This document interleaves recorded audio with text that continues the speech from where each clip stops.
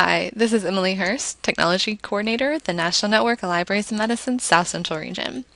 And for today's Twitter tutorial video, we're going to be looking at ways to communicate using Twitter. The first thing to keep in mind about Twitter, of course, that with a public account, the information that you share is available to the public at large. You do in Twitter have people following you, but you also have people that can find your information on a public account using search engines and the Twitter search. So information is very easily accessible for the public accounts. I want to make sure that's made clear. For those of you that have private accounts, that information is only shared with the people who follow you. We won't be looking at a private account today. We're going to be looking at a public view to see how you can use Twitter for communication.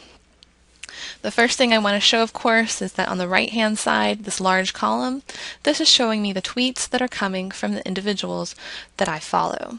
So we have lots of information coming from all around, all the people that we follow.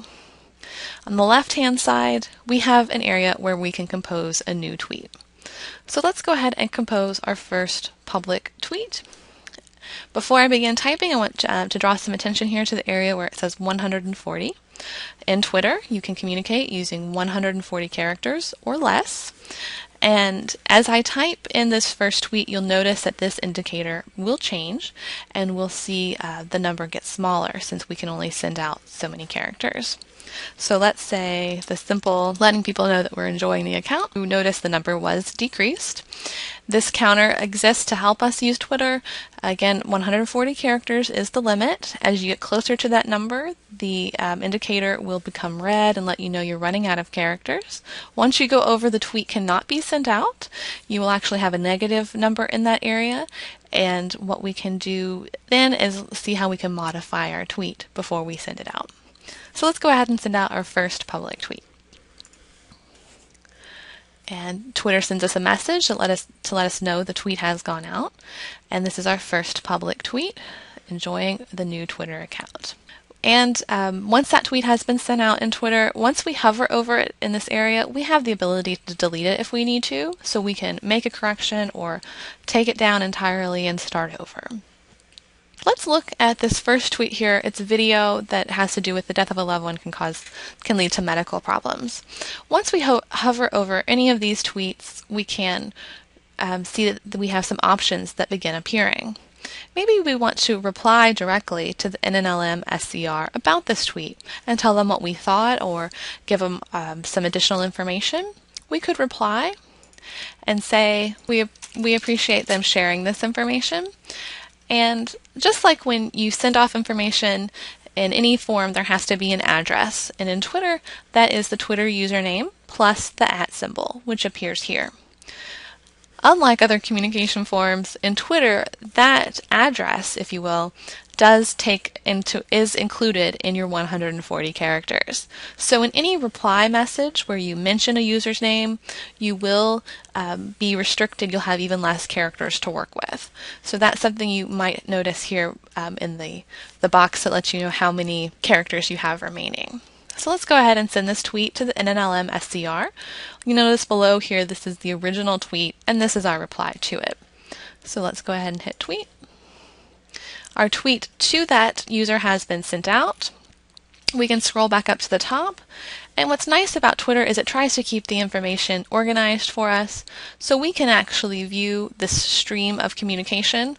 The NNLM SCR sent a tweet and we replied to it. They may reply to us and the conversation can continue right here on Twitter. But let's not forget, it's just like having a conversation in a public room. Anything you say can be seen by other users of Twitter or even on the internet. Let's go ahead and think about some other ways that we can use Twitter for communication. We have replied to someone, but what if someone shares information and we want to share it again? The way to do something like that is to use what's called a retweet. And this allows information to be transmitted from original source to people that follow us. So we're going to be looking at using the retweet option. This is a very popular option in Twitter. And we're going to share this information about databases published for food data and more for our researchers from the NIH. Let's go ahead and hit retweet. What's going to be happening is our followers will now receive the same information from the NIH ODS. And what that means is that even if our followers do not follow the NIH ODS, they'll be getting the information, and it's something that we wanted to share with those people who follow us. So the thing that you will notice about the built-in retweet from Twitter is that you're not actually allowed to make any kind of modifications to the original tweet. This information will just go back out to your followers just as it was originally published here. So let's go ahead and hit tweet. You'll notice you get a little green retweet, and it doesn't actually show up in the list of your tweets. It does just let you see by that visual indication. But let's say, for instance, you wanted to share information, but you wanted to modify it, or you wanted to maybe provide your own comment on something that you're sharing. You can do a manual retweet. Let's look at Eric's picture of tulips on State Street. His tweet actually includes a beautiful photo, a beautiful spring day on State Street. If I were to want to share this with individuals, but also give Eric credit as well as let him know that I enjoyed his picture, I would simply copy that tweet into my original box. I could say it's a great photo, and I would use the RT just by typing it in. That means retweet. And then I would want to find Eric as someone that I follow so that I could give him credit for taking the photo. And the same thing goes for quoting other individuals. You may want to provide information about where the information originally came from. With a manual retweet, you can go in and you can edit and you can make some comments, which is nice because then you can provide the information to your followers, but also give some credit to the original creator. Let's go ahead and hit tweet, and that has been sent out, but we're also giving Eric some credit so that people know he took the photo. Another way to provide information to others, again, when you're at a conference, you're going to be hearing lots of information, lots of new topics, lots of information that you hopefully want to share with other individuals, but you do want to make sure, if possible, to give them credit. So let's scroll down and look at something from a group like the NLM SCR again, tweeting some health information about PTSD with 911 dispatchers. And actually in this tweet we can see that they're providing information to this study, and they're providing another username here. And this likely means that the information came from this original source. And you can do this in Twitter. You can also do this on your own when you create a tweet. Let's say we want to talk about this study in our own tweet. We can use some kind of known uses in Twitter have to do with things like via, and we can type in SCR, but it also came from Health Finder. So we want to make sure we can actually include both. You're not limited except by the number of characters. Go back down to that tweet, and there was a URL on there. I want to make sure I copy that URL because I want people to link back to it.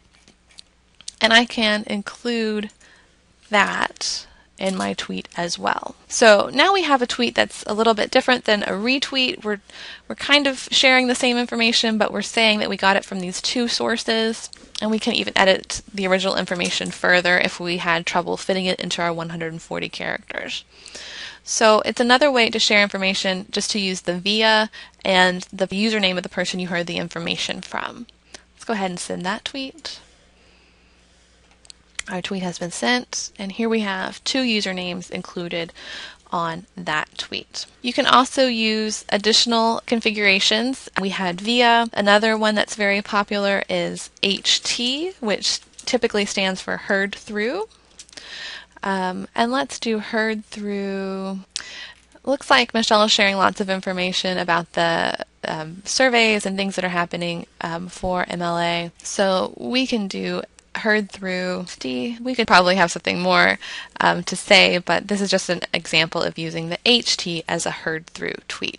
And of course we would send that out. The last way to communicate that I want to make sure I mentioned, hopefully you've stayed with me throughout this screencast today. The most important thing to know about this, we've talked about public communications. I want to make sure I mention direct messages, which do not appear publicly and actually only go to the person that you address the message to. So a direct message is DM followed by the user's name. And the most important thing to remember about direct messages is they can only be sent between people who follow one another, meaning that they've kind of established some type of relationship.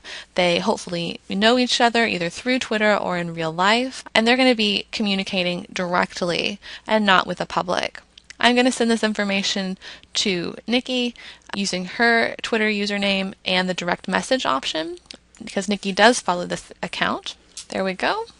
And you can see that everything that you type, including punctuation, the user's name, the @, and the DM, all go into how many characters you can send. But for this tweet, it's going directly to Nikki with her username there, and it will not be shown publicly. Nikki will be able to get the tweet, but we won't see it appearing here in our public timeline. You can see that didn't change at all, but the message was sent to her. If you do receive a direct message and reply, they appear for you so that you can look at your direct messages. They're the best way to communicate privately and to keep the information flowing. So those are some of the communication basics that I wanted to share with everyone today. We've gone over replies, retweets, modified retweets, as well as using via and a Twitter user's name to give credit. We've also used the HT or heard through if we wanted to give credit. And we have gone over the very popular direct message, the DM command, to send a message privately in Twitter. And most importantly, we know that 140 characters is our limit for messaging in Twitter. I hope you have enjoyed the screencast for this topic, and don't forget to check out the rest of the videos and the links in the Twitter tutorial. And you can always ask us using the Ask Us link and communicating with us directly. And look forward to seeing you at the Tweet Up in May. Thank you.